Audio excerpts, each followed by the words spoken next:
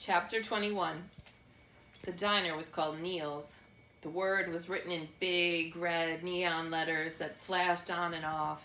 Inside it was warm and bright and smelled like fried chicken and toast and coffee.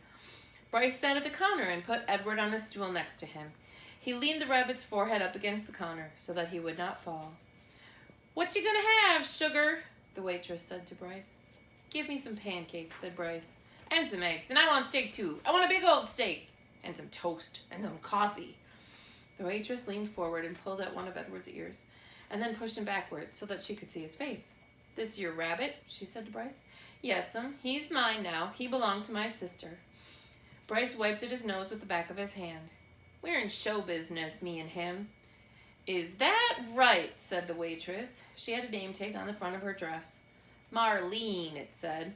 She looked at Edward's face, and then she let go of his ear, and he fell forward so that his head rested against the counter again. "Go ahead, Marlene," thought Edward. "Push me around. Do with me as you will. What does it matter? I am broken." Broken. The food came, and Bryce ate all of it without even looking up from his plate. "Well, you was hungry for sure," said Marlene as she cleared away the plates. "I reckon show business is hard work." "Yes'm," said Bryce. Marlene took the check under the coffee cup. Bryce picked it up and looked at it, and then shook his head. "I ain't got enough," he said to Edward.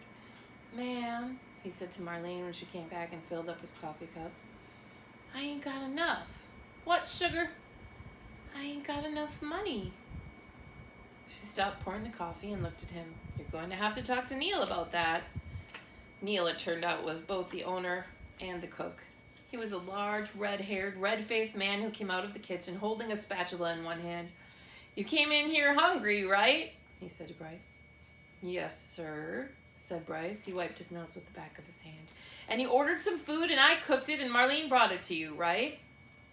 "I reckon," said Bryce. "You reckon," said Neil. He brought the spatula down on the countertop with a thwack.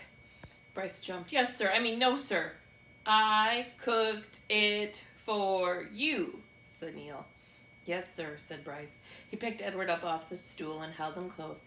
Everyone in the diner had stopped eating. They were all staring at the boy and the rabbit and Neil. Only Marlene looked away. "You ordered it. I cooked it. Marlene served it. You ate it." "Now," said Neil, "I want my money." He tapped the spatula lightly on the counter. Bryce cleared his throat. "You ever seen a rabbit dance?" he said. "How's that?" said Neil. "You ever before in your life seen a rabbit dance?"